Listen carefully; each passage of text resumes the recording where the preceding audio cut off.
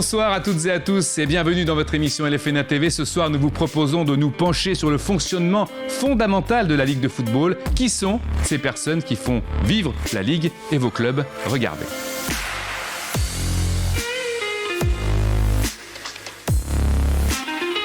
Les clubs n'existeraient pas sans leurs nombreux bénévoles qui vivent tous ou quasiment tous pour leur association et les liens sociaux et humains qu'ils génèrent. Alors dans la métropole de Bordeaux, nous sommes partis à Talence, le TFC qui a dans ses rangs un membre exemplaire. Alain No, 70 ans, dont plusieurs décennies au club pour lequel il voue une profonde passion. Un dirigeant passionné et passionnant pour LFNA TV, Julien Curcy.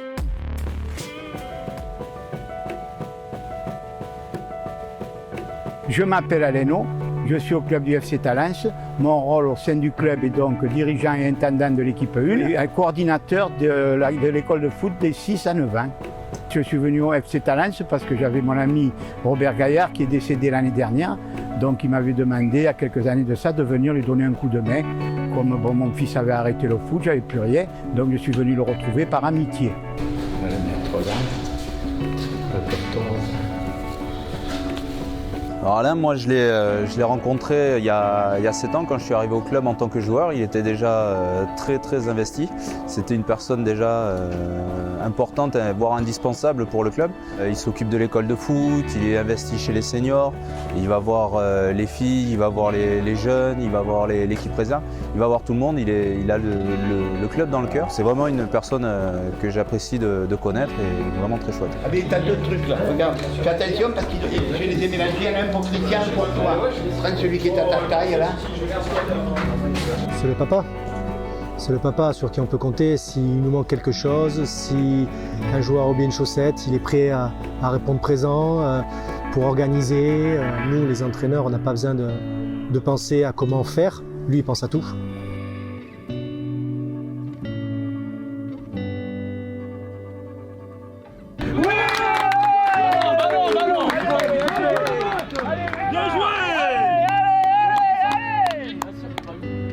Alain, déjà, c'est l'expérience. Voilà, c'est un vécu dans le foot. C'est toujours un mot gentil, toujours une petite anecdote pour faire rire les gens, partager de l'expérience. Quand on ne sait pas trop, c'est quand même quelqu'un sur qui on peut compter, qui a un avis très intéressant et qui est de bons conseils. Et puis, c'est une personne indispensable qui s'investit dans tous les aspects du club. Le FC Talence, pour moi, c'est une deuxième vie. Je passe plus de temps maintenant au FC Talence que chez moi en ce moment. Humainement, ça m'apporte beaucoup de choses. Une deuxième famille. Voilà. Une bière alors. Une bière. Comme à ton époque. Comme à l'époque. À ton époque. À mon époque. Loin, toi, tu prends pas la mienne. L'avenir d'Alain No, c'est déjà de monter à R1 cette année. On voudrait faire l'effort de monter à R1 et ça serait en fin d'année une grosse satisfaction pour moi et pour mon ami qui est au ciel.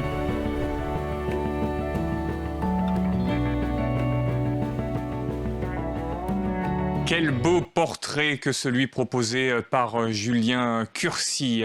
Vanessa, le bénévolat, c'est l'essence même des clubs?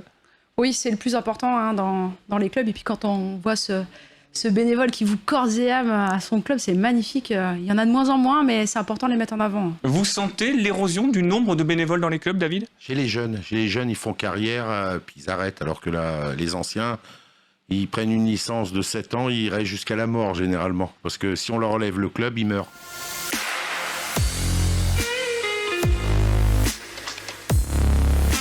Nous partons tout de suite, c'est le premier reportage, dans le département des Landes, à Saint-Pierre-du-Mont, où madame préside le club, monsieur est éducateur et est sous la direction de sa femme, ou quand toute la famille voit et ne vit que pour le ballon rond. Le reportage de Lucas Licata pour LFNA TV.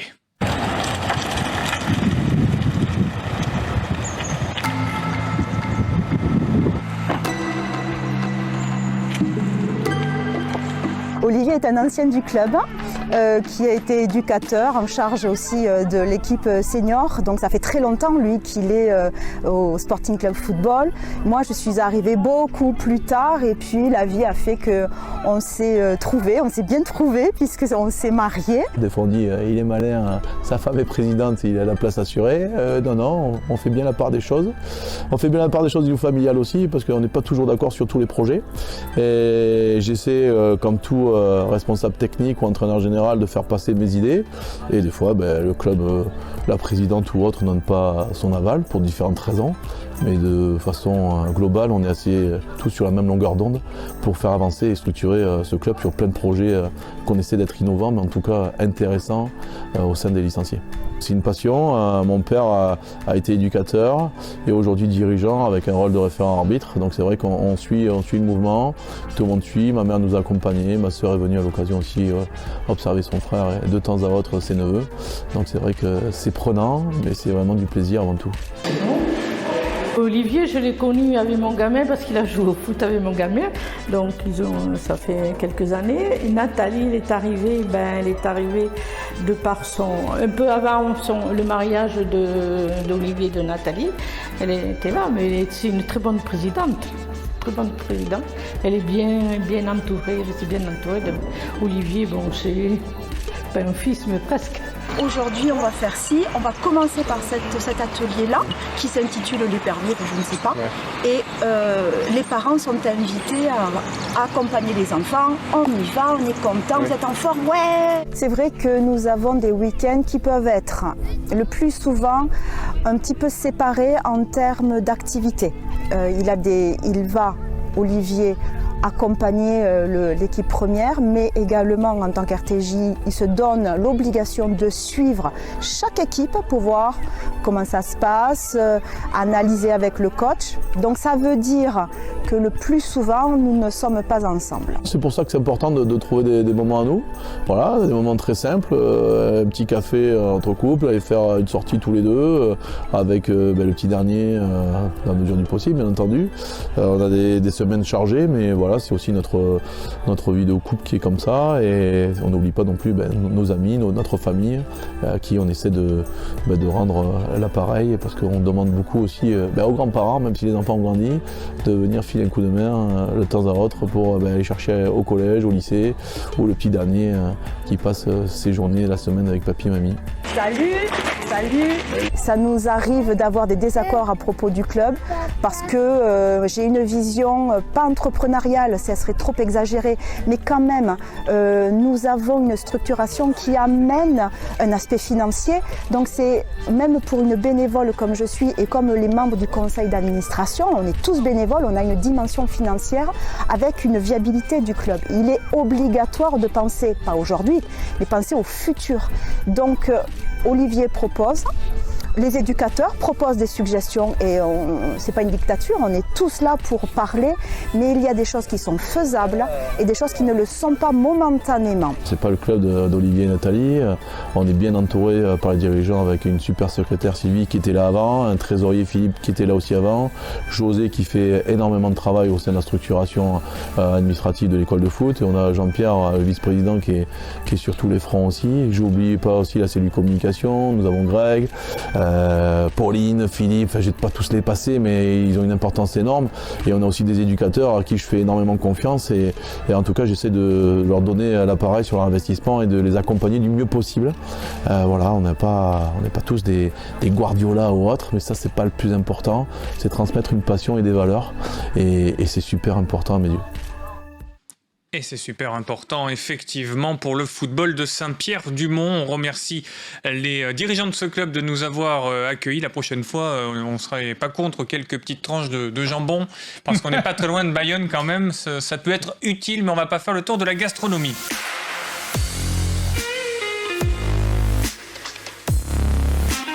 Nous allons nous intéresser, si vous le voulez bien, au district du Lot-et-Garonne, un district qui perd de plus en plus de licenciés et depuis quelques temps déjà. Et pour autant, les dirigeants de ce district gardent la tête haute et travaillent activement pour pouvoir recruter au fil des mois de nouveaux licenciés. Julien Curcy pour LFNA TV.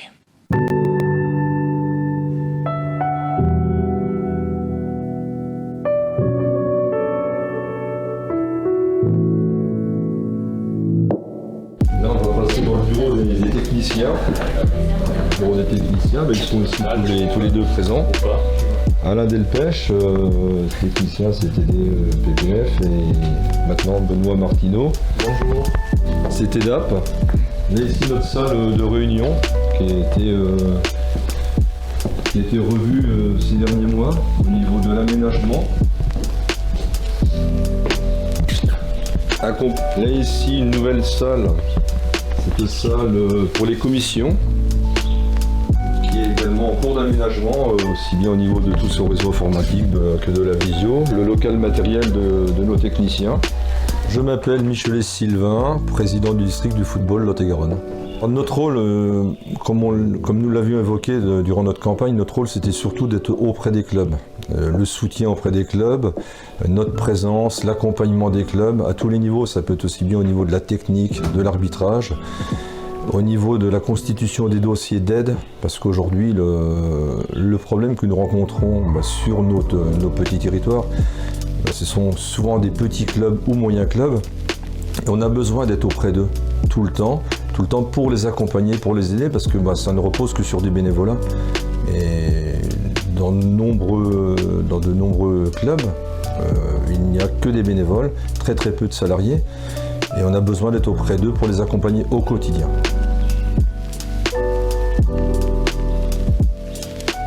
Nous sommes deux à travailler sur les actions techniques du football départemental, le tout en faveur, en direction des clubs et des plus jeunes.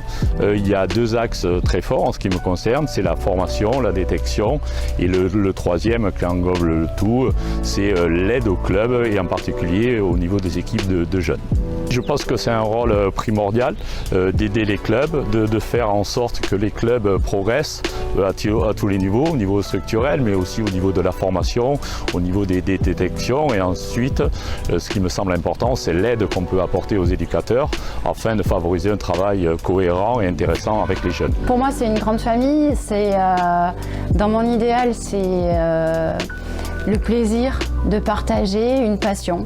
Voilà, et c'est ce que j'espère en Lot-et-Garonne. Bon, même si bien sûr, comme partout, la compétition fait que quelquefois il y a quelques tensions ou des choses comme ça, parce que les gens vivent leur passion vraiment à fond. Pour certains, c'est toute leur vie. On le sait, je les connais, puisque voilà, depuis 21 ans, je suis quand même proche entre guillemets, mes clubs. Mais voilà, quand je vois des enfants de 7 ans à 10 autour d'un ballon, pour moi, c'est ça le football. Aujourd'hui, on a 52 clubs. Alors il est évident qu'on aimerait toujours en avoir un peu plus, faire monter le nombre de licenciés, même si aujourd'hui on souffre parce qu'on a quand même un manque de licenciés. Aujourd'hui, on a à peu près 1500 licenciés de moins qu'il y a 2 ans. C'est énorme. Des catégories qui sont impactées comme les seniors masculins, seniors féminines, les dirigeants. Alors, les dirigeants, dirigeants bénévoles, c'est un lien. Et l'avenir proche, c'est que les clubs au maximum soient structurés. Ça pour nous, c'est vraiment un domaine sur lequel on s'attache, la structuration des clubs à très court terme, d'où notre soutien, l'accompagnement, et également sur la technique, qu'il y ait de plus en plus de techniciens formés, de plus en plus d'arbitres également, plus jeunes, qu'on puisse en avoir au niveau de l'élite également. Et ça nous semble important de pouvoir développer tout ça, développer le foot diversifié également, parce qu'aujourd'hui, ce sont des nouvelles pratiques et à très court terme, on y travaille et on veut arriver à ça. Merveilleux reportage que celui réalisé par Julien Curcy dans ce district du Lot-et-Garonne. Vous connaissez tous les districts forcément quand vous intervenez au sein même de la Ligue ? Absolument, on essaie d'être au maximum à les accompagner aussi, tous les collègues conseillers techniques, vraiment être en proximité avec eux au quotidien sur les différentes actions menées au niveau de la Ligue et surtout de la DTN, de la Direction Technique Nationale aussi. Donc vraiment une étroite collaboration tout au long de la saison.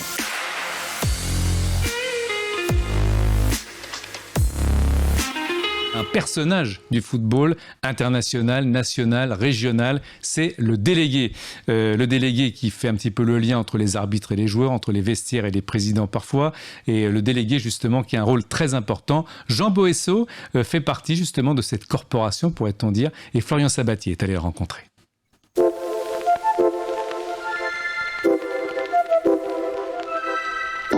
Monsieur Jean Boesso, et fonction délégué officiel de la LFA. Mon rôle, c'est d'abord de prendre contact avec tout ce qui est les dirigeants du club local, comme on vient de voir le président, tout ça. Après, de mettre en place tout ce qui est sécurité, de faire le lien après avec les arbitres, et surtout m'occuper de la sécurité extérieure du terrain, et faire le lien, le relais entre la Ligue et les clubs. Je suis tombé sur un gars qui était président de la commission, je m'excuse mais je ne me rappelle plus son nom malheureusement, qui m'a dit tu devrais faire, tu es à l'éducation nationale, tu es habitué à parler et tout ça, tu devrais venir faire délégué. J'ai découvert cette fonction et ça m'a permis de rester dans le football et d'avoir beaucoup de contacts avec énormément de gens, plus intéressants, mais en principe énormément intéressants. Voilà le résumé de ma petite carrière.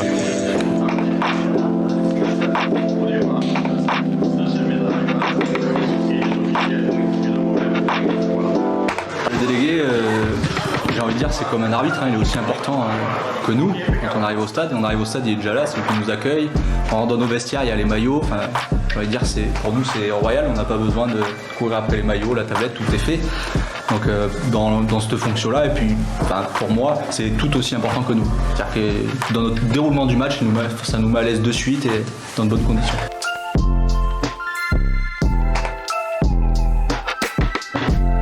Oui, on est quand même un rouage essentiel pour le fonctionnement, pour le bon fonctionnement d'une rencontre, pour le bon déroulement d'une rencontre.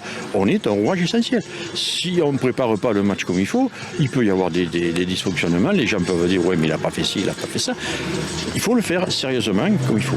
Voilà. C'est comme un quatrième arbitre, pas un quatrième arbitre, parce que on va dire ça, c'est un délégué, mais on a une totale confiance en lui. C'est lui qui va nous gérer un peu les coachs et qui va dire bon, attention, on reste dans la limite du raisonnable, là vous dépassez un peu les limites. Une fois qu'on a pris l'habitude d'avoir un délégué, c'est très très difficile de s'en passer, parce qu'il nous sécurise vachement dans notre avant-match, après-match et dans la relation avec les équipes. Oui, honnêtement, ça fait un grand plaisir de retrouver le terrain, c'est sûr. Et puis bon, ça complique, et plus ça nous complique un peu plus la tâche ce Covid. Parce qu'il faut mettre en place aussi le contrôle Covid. Ce n'est pas de notre ressort, c'est pas nous qu'on le fait, mais on assiste.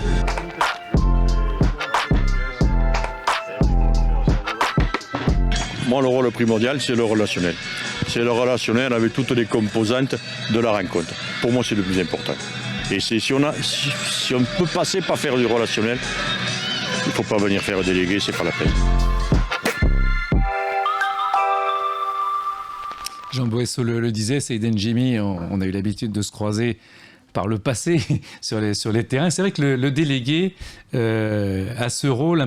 Déjà, on a toujours cette image un petit peu, le physique de Jean Boesso, un monsieur expérimenté, qui est toujours assez diplomate, assez apaisé, et qui va faire le lien entre les arbitres et les joueurs parfois.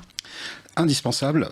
Ça a bien été résumé par l'arbitre en fait. Sécurisation, rassurer, aider les clubs à construire en fait l'administratif d'avant-match, mettre un petit peu de lien aussi sur les matchs un petit peu compliqués, un petit peu difficiles. Et puis l'exemple de Jean est le bon parce que c'est une machine de guerre. Jean, il est sur les terrains, il est dans le cadre du football amateur depuis très longtemps. Il nous aide aussi au niveau de la ligue. Enfin bref, je suis très content qu'on les choisit parce qu'il représente bien ce qu'on attend aujourd'hui des délégués.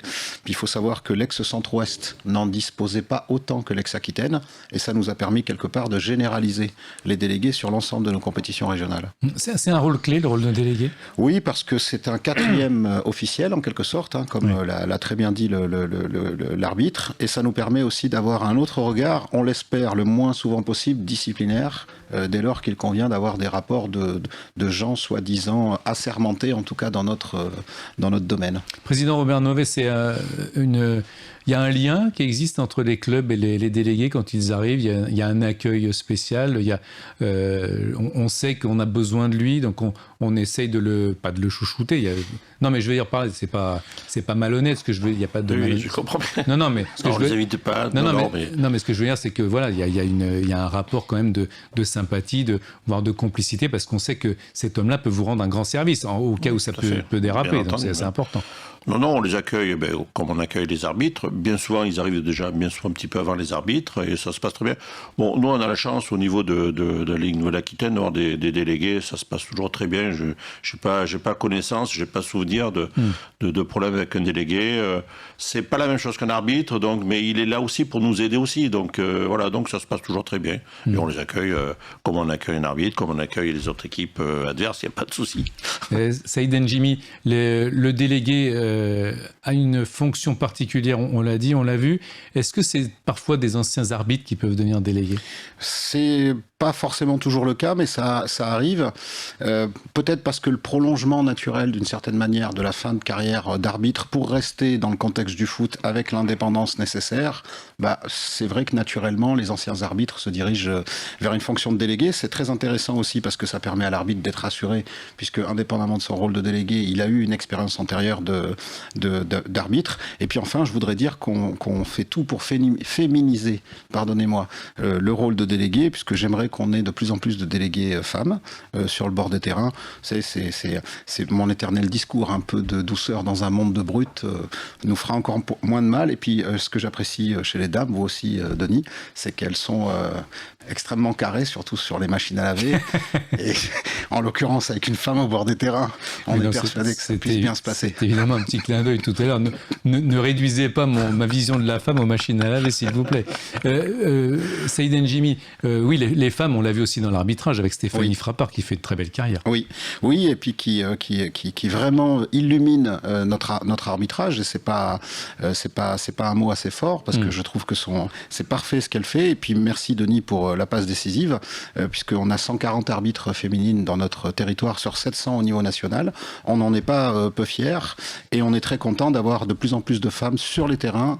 J'espère de tout cœur qu'on arrivera à en convaincre aussi pour qu'elles deviennent éducatrices. Ça nous ferait également du bien. Enfin bref, c'est un appel aussi que je lance à toutes les femmes qui veulent rejoindre les clubs de foot. On en a besoin.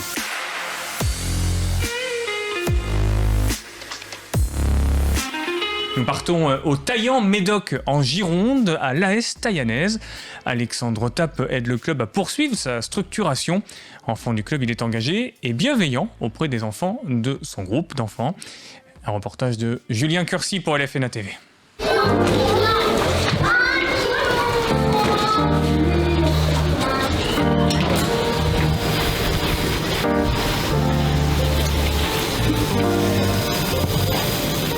Alors je m'appelle Alexandre Tapp, donc je suis salarié au club de l'Amicale Sportive Taillanaise, où je suis agent de développement avec une partie de mon temps de travail sur les terrains et une seconde partie plutôt sur le projet club et tout ce qui tourne autour du club.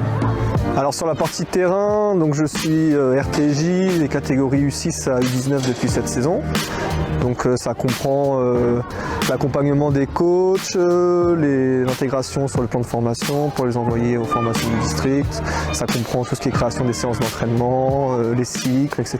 Le suivi des jeunes footballeurs, ce qui est mis en place au sein du club. Et après, sur la partie projet club, donc on a créé un projet club, on a profité du Covid en fait pour relancer un nouveau projet club.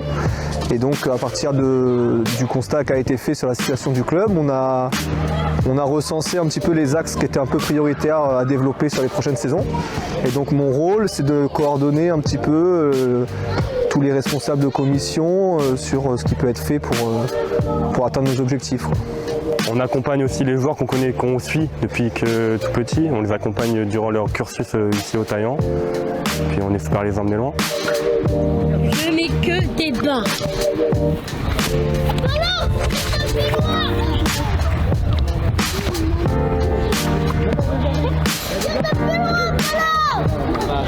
Vous êtes à deux aussi, vous les garçons, ouais, vous êtes à deux. Et vous avez le droit de tirer aussi sur l'autre petit côté, hein, on l'a dit. Hein. D'accord? Vous choisissez.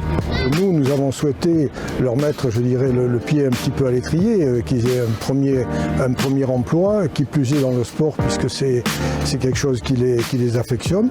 Ils apportent énormément, c'est les enfants du club, c'est déjà très important pour nous aussi. Ils sont connus, reconnus, de par le temps qu'ils passent dans le club, depuis le temps qu'ils sont également dans le club. Hein. Pour certains, ils sont là depuis leur plus tendre enfance, je dirais. Voilà, donc c'est important pour nous. Pas obligé de savoir faire les lacets après. Si tu auras des scratchs toute ta vie, tu ne sauras jamais faire les lacets quand tu seras grand. Ça m'étonnerait ça. J'en parlerai à maman, mais à mon avis elle est pas d'accord.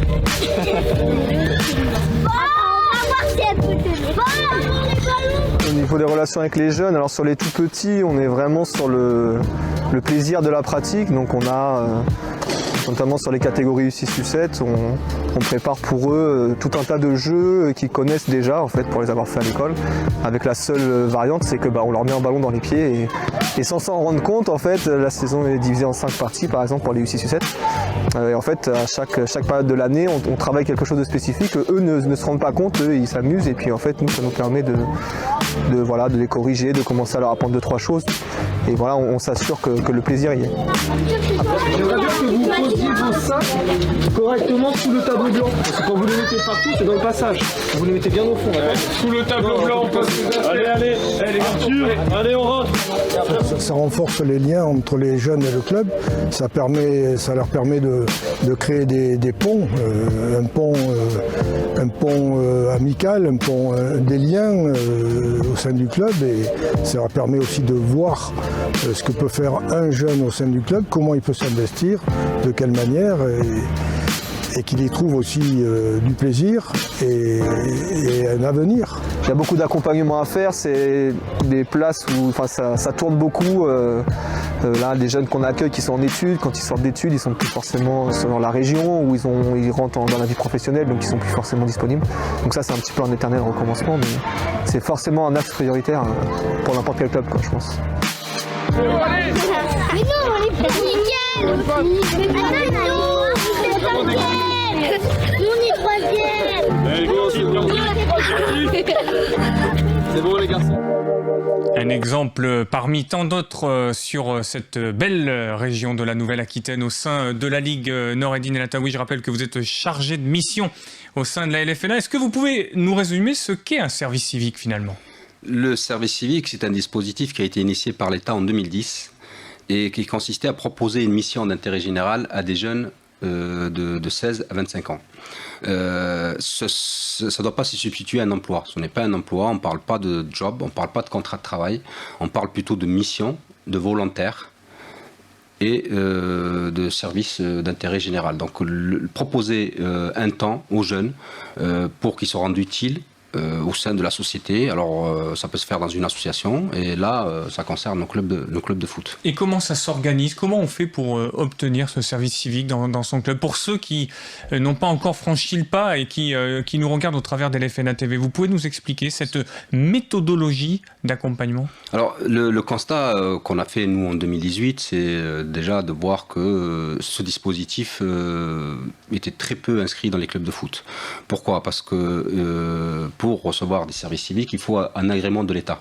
Cet agrément doit être demandé par les structures associatives et nos clubs, pour la plupart, n'étaient pas ou au courant ou n'avaient pas les compétences pour demander son propre agrément et pouvoir recevoir des jeunes services civiques. Quand on a fait ce constat, on s'est dit mais c'est pas normal en fait que le monde du foot soit si éloigné de ce dispositif-là qui peut être un vrai outil d'aide et d'accompagnement au club puisqu'il permet de pallier aujourd'hui au manque de bénévolat dont souffrent nos clubs de foot, notamment dans le milieu rural.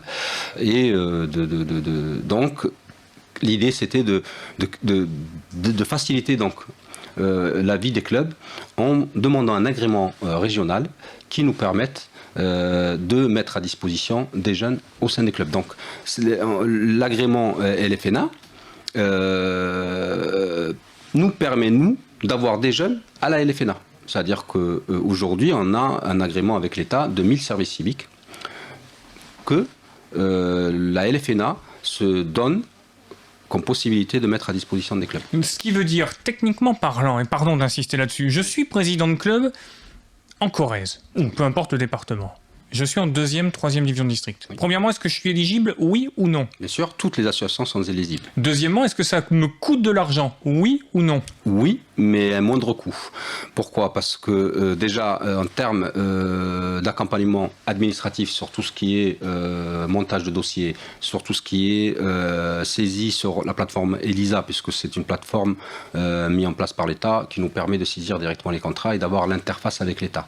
Donc tout ce travail de préparation est pris en charge par les services de la Ligue.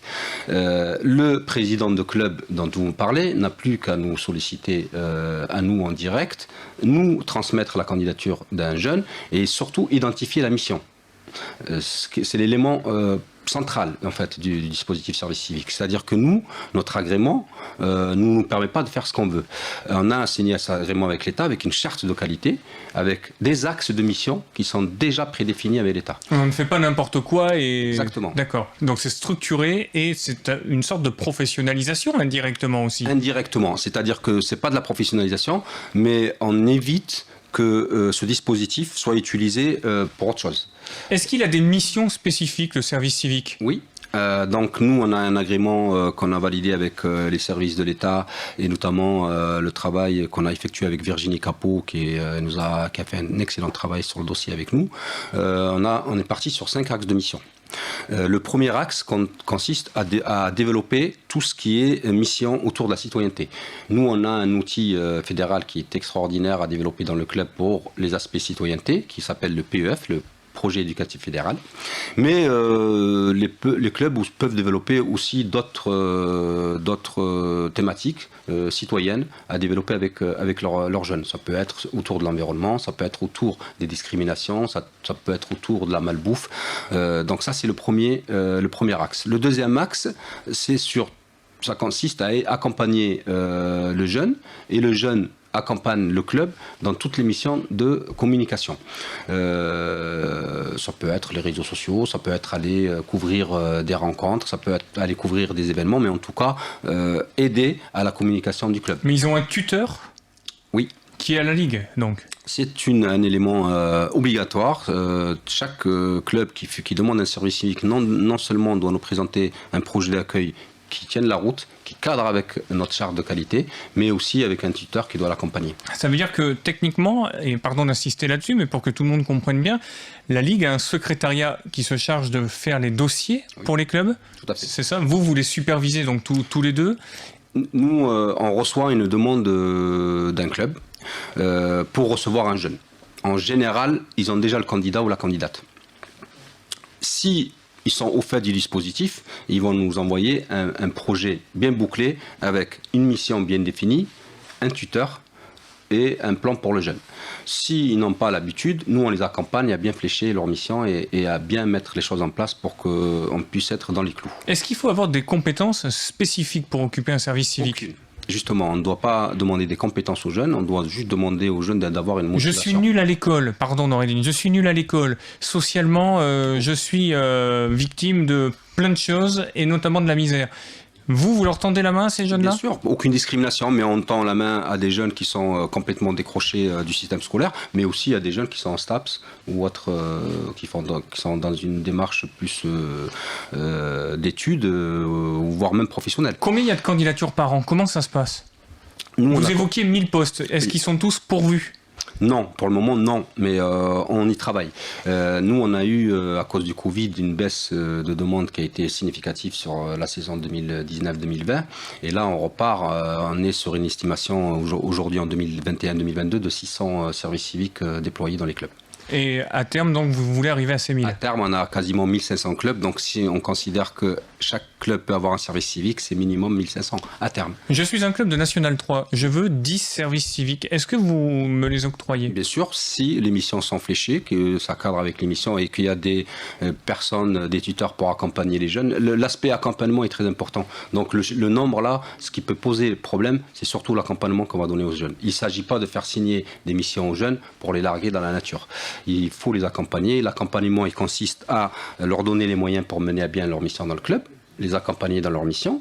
Et l'accompagnement consiste aussi à les aider à dégager un projet de vie, un projet personnel. C'est-à-dire qu'au bout des 8 mois de contrat, le jeune faut qu'il ressorte de là avec un projet de formation, pour ceux qui n'en ont pas, ou un projet professionnel. Et un club a-t-il le droit de recruter, s'il le souhaite, le cas échéant, ce service civique dans le cadre d'un CDD ou d'un CDI? Alors non, mes collègues en parleront après. Le service civique, nous on le considère comme la première marche vers l'emploi. Et ensuite, il y a d'autres dispositifs sur lesquels on travaille qui permettront aux jeunes d'évoluer dans son club. Et on l'espère jusqu'à la professionnalisation et la pérennisation d'un poste. Merci d'avoir suivi ce best-of. Dimanche, c'est le grand retour en direct d'LFNA TV pour résumer votre premier week-end de match de cette année 2022. Bonne soirée à toutes et à tous.